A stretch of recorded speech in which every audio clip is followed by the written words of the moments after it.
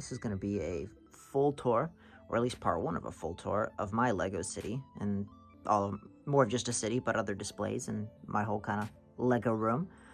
I've been holding out and doing one of these for a while because I was afraid, it wasn't going to look great with my current kind of setup. But, people have such varying degrees of this hobby. Not everyone has an amazing photo studio to take perfectly manicured photos, and that's okay.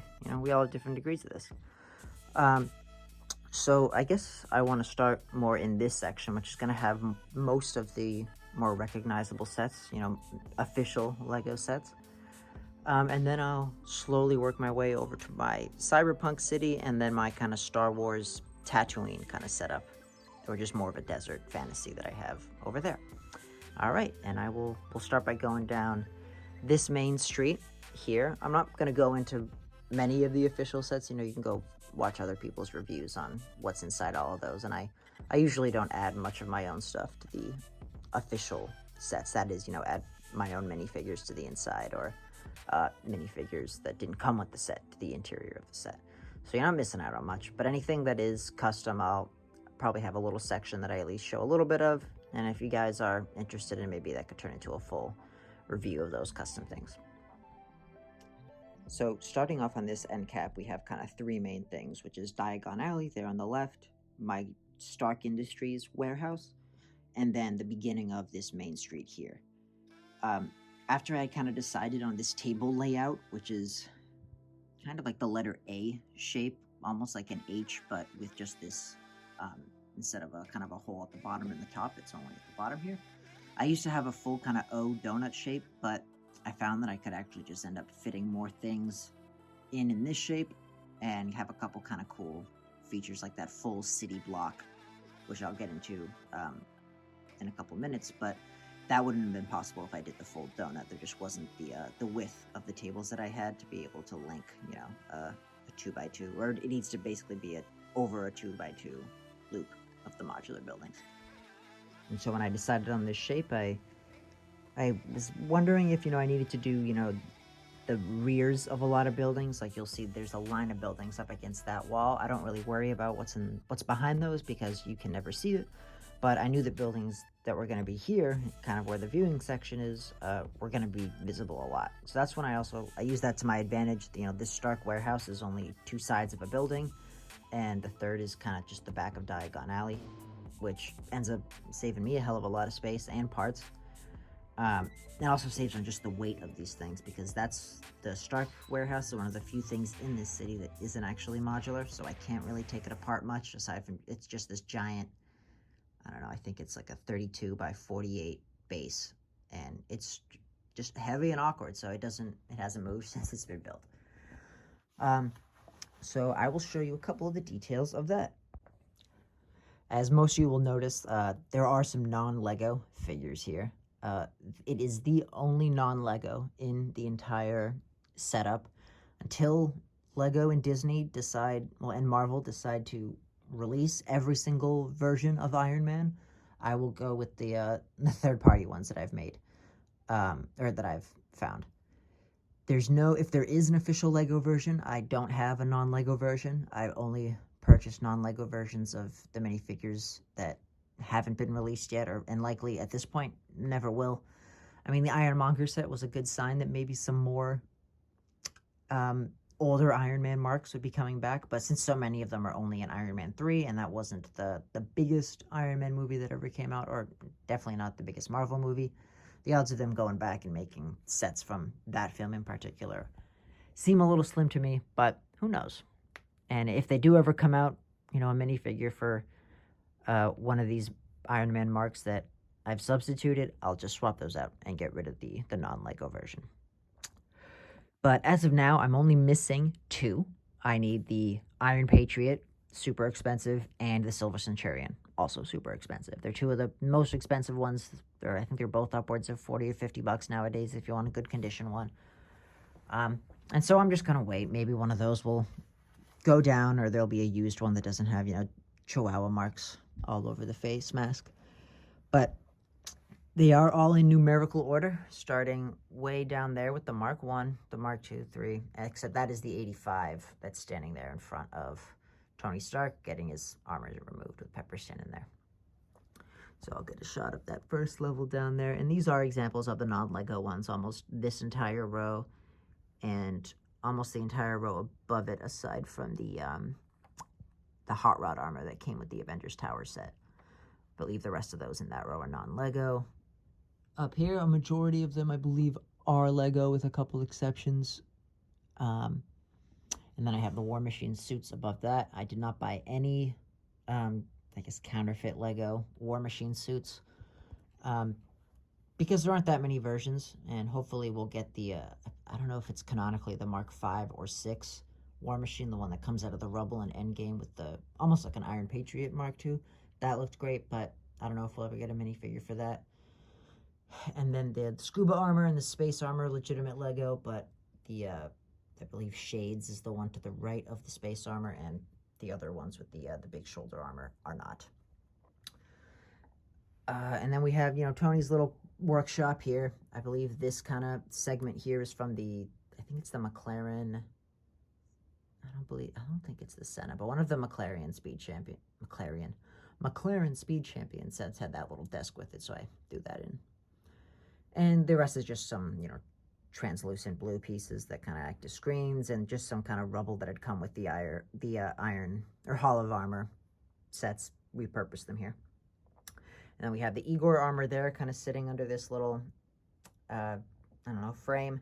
This is the 1.0 Hulkbuster from the Age of Ultron era, and then there's the Infinity War version, which I have kind of standing outside the front of the building, which I'll show you from that angle later on. And then at least kind of the semblance of an arc reactor maybe shooting off into the sky. We have the collectible minifigures Falcon, the Captain America Falcon, flying here. And he's flying right at that jet, which is flying at him. They're in some sort of confrontation.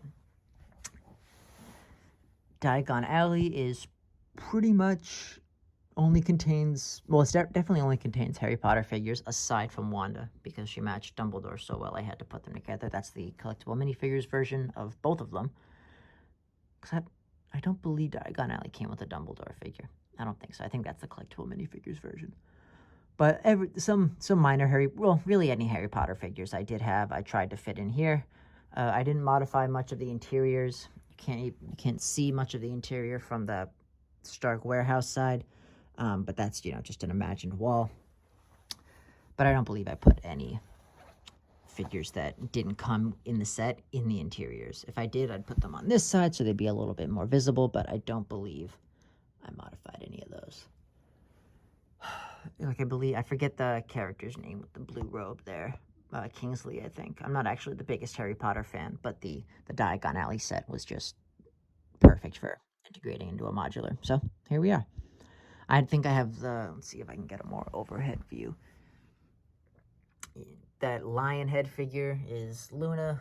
I got her from my collectible minifigures. I got the Dementors from, I think, one of the Patronus packs that came with, like, the trans blue glittery elk. But that set was on clearance somewhere, and I just had to grab it because of those cool figures. And the Dementor tail piece I ended up using for to make my own version of the Endgame Red Skull, to kind of give him his wispiness. On top of this building, I do have, like I said, if I won't put figures that aren't in the set on the interior where they're not visible. I might put some figures from that set in the interior to complement it, but if they're not, like, I'm not going to take Dumbledore from one set and hide him in an interior if he didn't come in that set, because he should be visible on the exterior. Same goes with these two guys. I believe those are from the really old, I can't remember what year they came out, but around the Goblet of Fire, because it's a Goblet of Fire minifigure of the students from the Russian or Eastern European wizarding school. They have that unique mold hat that I don't think has been done since, and miraculously I still have both of them. So I love those guys. And then here I have White Vision and Regular Vision having their sort of, the Ship of Theseus discussion, because I felt like those kind of walls or the railings of the Weasleys kind of gave me the same vibe as a library, so I feel like out of anywhere, they fit really nicely there. I didn't have any trans clear pieces to have them standing on, so the light gray ones will do till I get more of those. And then before I go to the front of the Stark warehouse. I'll just show you the little end of this street. I have space to put another car here if I want. Got a gorilla riding a scooter there. This is just the exterior pattern I went for the side of the warehouse because I was running low on light gray and dark gray pieces. Still am running low because the Cyberpunk City uses a lot of those. So I was trying to think of a way where I could build like a minimal frame that was structural and then just cover it in like some plate design. So that's what I did. You can see some of the mechanics of getting that work in the spaces in between there. But it's sturdy enough, not really going to fall over. I mean, even this kind of arc reactor is just held up with ratchet struts, really. So it doesn't support a ton of weight, but it does the job. It does wiggle a little bit, but that's all right. There's not a ton of weight on top of it. All right, so here's the very front of the Stark warehouse. That definitely still needs some work. I had run out of those giant gray wedge plates. I don't know if you'd call those. Yeah, wedge plates. Didn't have enough of the giant gray ones left, so I thought I could do something creative with the red half on top. But haven't gotten around to that. And I definitely want to redo this, which is just this facade front to conceal the rest of Diagon Alley, which just ever so slightly overhangs. And I wanted a kind of little parking spot or little area for vehicles in front of the warehouse where we have, Tony's Hot Rod from the Hall of Armor's smaller extension set.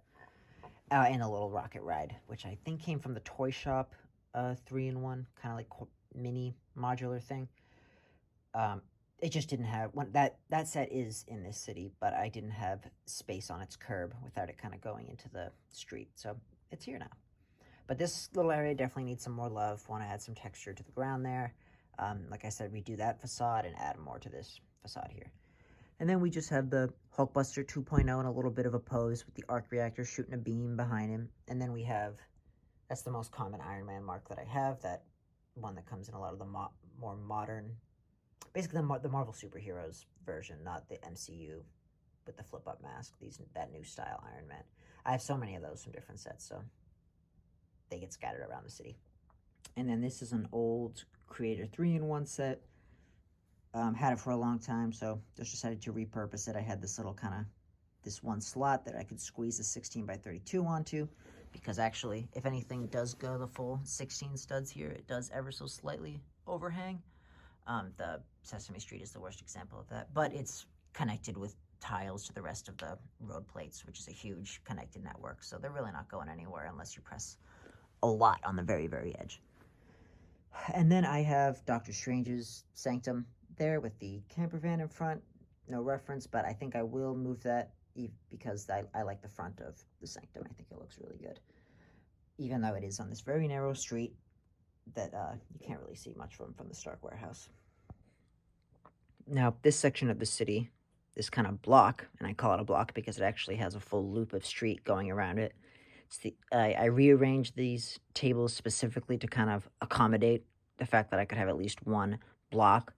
Otherwise, it was all just kind of, there wasn't enough space. The width of me adding, at least one road plate in between, it was not going to work out where I was able to get more than a block unless I designed them this way. So we have the brick bank there. I'll show you some of the stuff on the street, but there's not much. Like I said before, I wouldn't have changed anything on the inside, so you're not missing anything there. We do have, I believe those two characters are from the haunted house, the twins. I just wanted to move them somewhere else. Just a jogger running around. This is going to be some kind of bank heist scene. They have that chimney for a reason. I haven't quite finished it, but I got some ropes up there for someone scaling down the chimney. There's that jet I was talking about earlier that Falcon is running straight at, or flying straight at. Pet shop there, split in half from the apartment. That's located somewhere else. We've got the camper van, the Ant-Man camper van from the Endgame Avengers Final Battle set. And then that's that McLaren that came with that little Tony Stark desk that I ended up using. And it does not have a driver. I need to get him a driver. This building was the first modular that, it's a half modular. My first real attempt after getting back into Lego a couple of years ago and really getting into the modulars and wanting to make my own. So this was my kind of first attempt. I definitely could make it much better than it is right now, but I kind of like keeping it around as a reminder of a benchmark. This was your first attempt, and look at how much better things have gotten. So even though, yeah, it could There are some weird design elements. I do love its kind of weird shape, almost kind of Notre Dame cathedral kind of vibe. And I made it a perfume shop. So there's a perfume kind of counter and area at the bottom floor. The second floor is just almost like a meeting room. I don't really have any ideas to furnish the inside still. And then just a little rooftop garden on the top. So if you guys are interested, I could do a kind of a whole in-depth review of how I built that thing, but we'll keep it short for the rest of the big tour. And you guys definitely know the Spring Lantern Festival. In my opinion, the best Chinese New Year set that's come out in the most recent years. And I have not, I've always, admired the sets, but have never been convinced to pull the trigger on one and actually, bring it home until this one came out when I found out that it was, modular compatible, which was the driving force. But it's a beautiful outdoor set, every modular since then, since this has been a building, which is fair, you want for your value of a modular building, that's what you want. But to have an actual modular compatible outdoor space with lots of great terrain and foliage and and also those pathways have great detail, lots of minifigs, the unique colored trees there. It was a really great addition to the city, and I'm glad Lego was making the modular compatible. This is a custom kind of Irish bar or pub. I'll show you more from another angle later, but yeah, just from this perspective, showing you the rears of all the buildings. This was my third. So I built that, the museum, which is there with the Amelia Earhart plane on, and then this pub as this was my third modular mock. And because I didn't have that many other modulars at the time, and I wasn't really building a full city street out yet, I didn't even think to not build all the way to the edge of the base plate, which means I don't have any, behind the building space. Every official Lego modular knows to do that. I hadn't learned that lesson yet. And this is probably the set that is most prone to possibly tipping off, just because of there's a lot of brick built here, a lot of weight, even though it only overhangs like a half an inch. I'm not worried about it falling, but it does have the greatest risk of falling. And then, on top, that's the Everyone is Awesome set.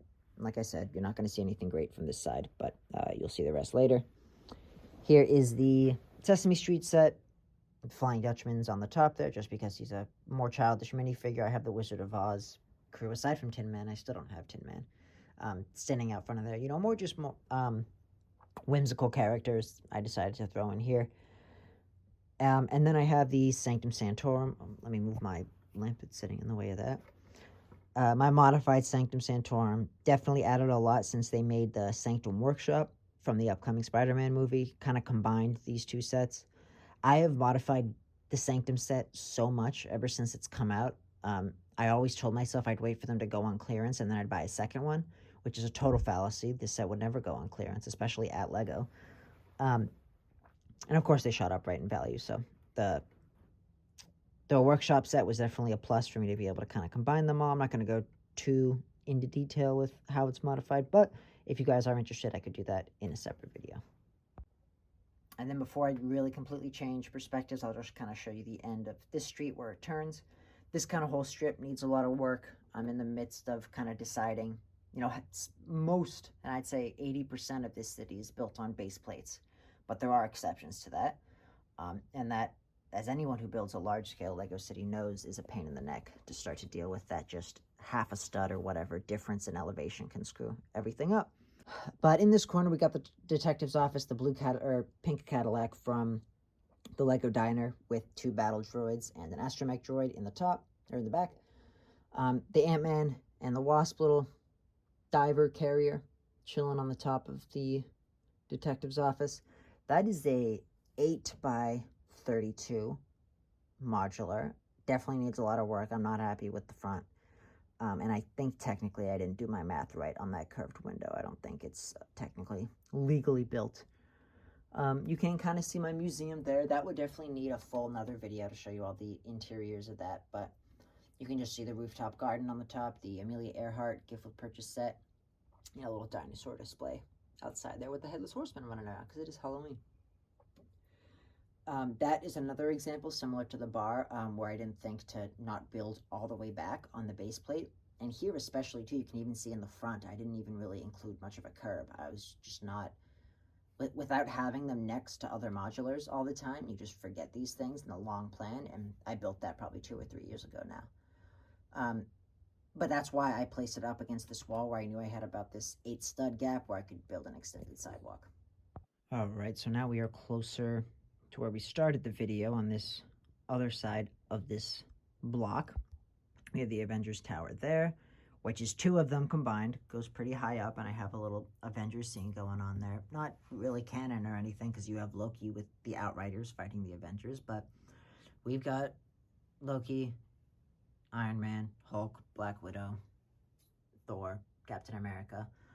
I only have 1 Hawkeye, and I keep him in my display for like the OG Avengers, and or at least the first of every Avenger, the first however many Avengers fit in the display.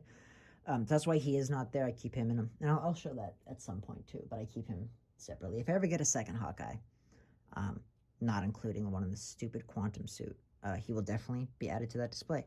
And I also have a little tiny jet at the very top with, I don't know if you can tell, Nick Fury. So he's there too.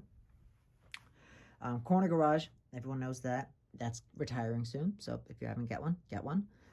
Really old Lego little space jet. I don't even remember the name of the set. That just sat fully built, but mixed in with MISC Lego. So it's like basically burying that in a sandbox, and I pulled it out. So put some little custom evil astronaut in there. There's the Thanos killer Gamora diving down to, well, honestly, when I set that up, I thought she was going to be a villain before the What If episode, but which is why she was attacking War Machine, but let's assume she's helping him now. And he's in a little fight. We got Modok there. We got a big troll. We got the insect creature thing from the Spider-Man workshop, or the Sanctum workshop set. We have miscellaneous pieces. Those shouldn't be there. We've got the little car that wasn't a gift with purchase, I don't think. I think that was just a $5 or $10 set. Really great set. I love building that. One of my favorite smaller sets in recent years. We have the teal apartment of, what was that? The bookstore module? Yeah, the bookstore. Recreation of the Spider-Man meme, but with Iron Man, because like I said, that's the most common suit I have. The police station, we have an Ender Dragon going on, flying around on top, and it looks like some maybe an interrogation acquired with illicit means, with whatever those tiles are there. Taxi cab, and that's from the Daily Bugle, which is right around the corner there. That's the Jeep or Chevy, whatever car that Hopper drove from the, not Twin Peaks, Stranger Things set. There is the, what's that, townhouse? Yeah, the townhouse from the pet shop.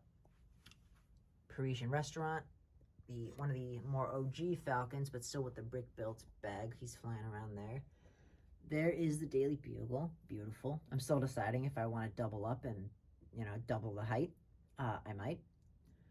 And I also added the What If Spider-Man to the top of there because he fits in. And then back down around this way, at the very corner, this is tough. I can't get an angle over there. That is pressed up against the wall there, so I'm not going to be able to get much better shots aside from when I walk over there. But Parisian restaurant is there. The toy shop is on the very corner, and I converted that to be a full 16 by 16 modular, so it's not Playhouse style anymore. You can't see through the back. There's full walls. And then the Emporium is there with the little, what do you call that? Advertised billboard on the top. So along that back wall, you already saw the museum briefly, but there's Assembly Square. Nothing too crazy about that. That is another one of the sets that I think I added minifigures to the interior that didn't necessarily come with it. Miles Morales is webbing up someone over there. There's Thanos' Sanctuary 2. Thanos is not piloting it. He is somewhere else in the city, which I thought was a much better fit. And there's the Haunted House. Classic. Didn't add anything to the interior of that, but I did add a mummy to the front. And I think I added, I'll get it from a better angle, but Zombie Cap and a custom zombie Hawkeye is over there. And I will get better angles of this when I'm on the other side of the table, but that street goes through there and curves around. You get the Palace Cinema with the Hydra Stomper and Captain Carter there on the roof, the bookshop, and this is the other full 32 by 32 open lot that I have. And then just so you can kind of see the front of that street that we were at earlier, you can see the fire department, the front of the diner. There's a couple, just fun minifigures out in the front there. Let me get a better angle. Watermelon Man, Brick Guy, Patrick Star on a moped. I believe that's the Tom Holland Mary Jane. Tom Holland Mary Jane over there. There's the Everyone is Awesome set with the advertisement for the bar that's here. We've got the collectible Fox minifigure. I do have the start of a facade to kind of board up that part of the Sesame Street set. That, I wish they did at least add one more side to that official set of that building. So it would only be one side that's vulnerable from like that dollhouse style building. But it is what it is. I don't know if I'm fully happy with what I have going on so far. So that'll probably get changed up, but we'll see. We will see. And there's, like I said, there was some Wizard of Oz figures. Pirate SpongeBob and the whole Sesame Street gang is there as well. So that just about covers the more traditional Lego city part of my city. The one with, all the classic modulars in it, more, not residential, but normal style buildings, skyscrapers, townhouses, diners, fire departments, that stuff. The less fantastical. The three tallest points, the haunted house with the bronze, then the Daily Bugle just with the giant radio antenna, I believe, inches out over the haunted house, and then the double-decker Avengers Tower easily with its antenna as well is the tallest here. But not the tallest in the entire city. When we go to that section, that would go to Shodon Tower. The total height up there is right below the floor. If someone stomps too hard above me, they might just knock this off. But we'll get to all of that in another part. And now before I go to the most, the more fantastical parts of the city, the cyberpunk part and the more Tatooine desert part, this is kind of the more, I don't know, this is just an amalgamation of a lot of more pop culture stuff, We have the Winnie the Pooh set, the 100 Acre Wood down there. That's kind of a modified version of the Avengers Campus set, kind of made to be kind of 16 by 16, really just needed to fit into that spot, so it's pretty custom made to fit there. And the road leads directly to the entrance of the garage, and that little drawbridge gate can go down to let him into this area.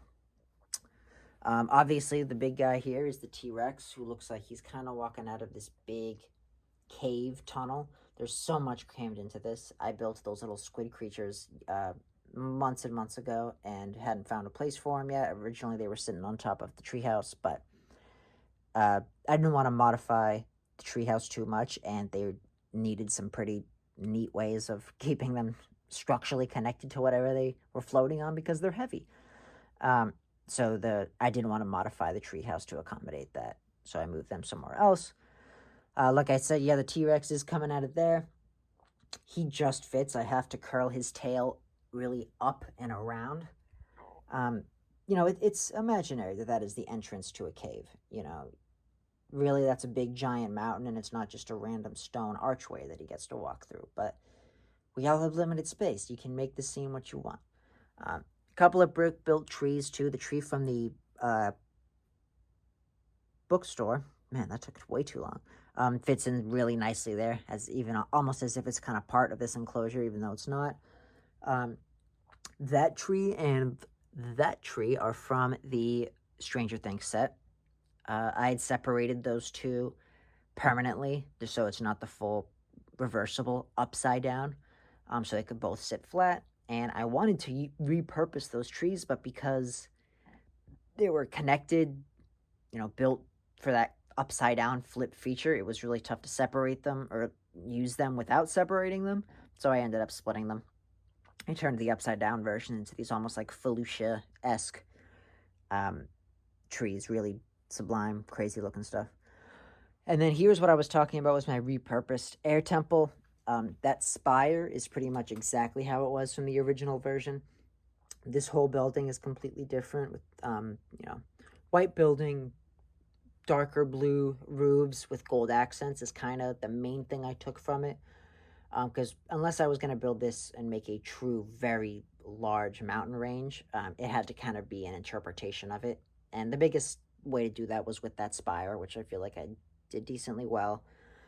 You could, in theory, fit a minifigure inside of that, but it's not really to scale. You can fit maybe a minifigure or two in each kind of level of that column, but you can open them. It is technically modular in that capacity. You could open it and put characters in there without, really removing too many pieces. This is my own little brick-built Mew mock from Pokemon. I'm working on a Snorlax right now, but I made him with just whatever kind of pink and whitish pieces that I had. I've seen other people's attempts at it, and they're all, he's so small that it's really, or I say he, but Mew is genderless. It's really tough to nail the shape because it's just so small and round, which Lego is one of those things. We have what I have of the actual official Lego Avatar characters. I had as a kid the Fire Nation ship set, which is what all of these are from. I have the full Katara with an alternative headpiece or hairpiece, which I think is better. I do have the original one though. And then Aang and Sokka's bodies, sans heads. Hopefully those will turn up. I never sold any Lego as a kid. Every set I ever bought, I technically still have. It's just broken down into their parts in a giant bin. So maybe they will show up eventually after days and days of sorting, but who knows. And then Blacksmith here fits in kind of nicely. I have some of the old classic knight figures scattered throughout. Oh, just realized that is not connected.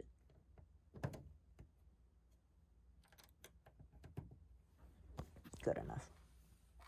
And then I'm going to have to do something about where this little river goes. I think I might just kind of corner it off here and have you assume that it's coming from off the table. But there is the bit of the river that's included in the treehouse, which then transitions into this more custom-built part. I am I am completely out of, trans light blue tiles. I use them all in the Cyberpunk builds, so I'll need to order more of those. So this is definitely temporary. Water. Eventually that'll become, more of the solid blue tiles, but it did need to transition to then also flow into the Diagon City Garden set. So it does descend, I think, a stud or two, and then just transitions into those trans blue 2x2s again. The door for the Jurassic Park gate is here. This is what I was talking about, the Red Skull little mock character I made. I'm blocking the light when I do that perspective. Yeah, that's better. Because I thought, the Jurassic Park gates are very reminiscent of Vormir from Infinity War, so I figured if he had a spot anywhere, it would probably be at the top of one of these spires. A little pterodactyl hanging from some antenna that I added to it because the Jurassic Park gate in my Lego universe serves as the gate to the Cyberpunk city, which is sitting right behind it and is very tall. You're not really entering Jurassic Park. Maybe I'll build like some other kind of new sign that looked like it was just kind of nailed on to the Jurassic Park sign, kind of add to the dystopian aspect of the Cyberpunk city, but who knows? And then I guess I technically lied. I do have one more kind of open lot, but I'm slowly developing this blue base plate to just kind of be some open water. That's an extension from the water that's at the bottom of the Cyberpunk city, because that is while all my custom modulars up until then had been to fit, the traditional modulars, this one was built to be more of the Ninjago modulars, with the more trans blue tiles. It's built on water. Just a couple of things that are kept on this little shelf. We have the Mario question mark blocks. That's a custom vulture droid that I've been working on. And then here's the Death Star. This is the first version of the interior having Death Star, not the revamped version. That's practically the same set with a couple tweaks. I got this when it came out originally, probably over 10 years ago. I can't remember the exact date, but I definitely modified it a lot at the time. Like, there used to be the hanger for Darth Vader's TIE Advance. I don't even know where that TIE Advance is anymore, but I removed that mechanism a long time ago because I liked the feeling of the more open room, and I wanted to put some other stuff here. But it's nice now because I have this whole top kind of corner to make whatever I want. But other than that, it is pretty much fully furnished. It's got lots of stormtroopers, scout troopers. From the Death Star battle gift with purchase set that I think came around at the holidays last year. I used that thing for parts. but I kept that little TIE interceptor, and I have the A-wing too somewhere. But that's a speeder from a battle pack. I can't remember which. More stormtroopers. More stormtroopers at battle positions. Obi-Wan and Vader dueling in front of the door, just like they do in A New Hope. I have some, I don't even know what Lego canonically these figures are called, if they're Dark Troopers or pilots or what, but got to rebuild the targeting system for the Death Star. I do still have that piece with the sticker on it. I lost it for a long, long time. That's one thing about my kind of current Lego situation is I got out of the habit the hobby years and years and years ago, but I never got rid of anything. It just all got turned into complete miscellaneous bricks, but I still had everything. So every set, every minifigure that I had from, from sets that came out from around 2004 to probably like 2010 or 11, I had a lot of those. Plus, I bought a lot of my Legos from yard sales. That's how I got so much of it as a kid, just miscellaneous pieces. So that had a bunch of older figures too. But my biggest gap in sets is probably from like 2012 to about maybe 2015 or 16. That's when I wasn't, actually no, that was probably like 2010 to 2016 or 17. 6 or 7 years, I was completely cold turkey off of it, not buying anything. But conference room up there with kind of as many Imperial looking officers as I could find. I don't know why I'm showing so much of the Death Star. I can do that in another video if you guys wanted. But I want to get Krennic. I don't have him yet. Or really just any other. There's named officers. I kind of want him for that little setup. And so that about does it for the whole city. I will show you a couple incidental things. Some things I have built but don't necessarily have homes yet. This giant tower, this Blick Tower. Before I redid the Cyberpunk city, that was in the first version and was the tallest building.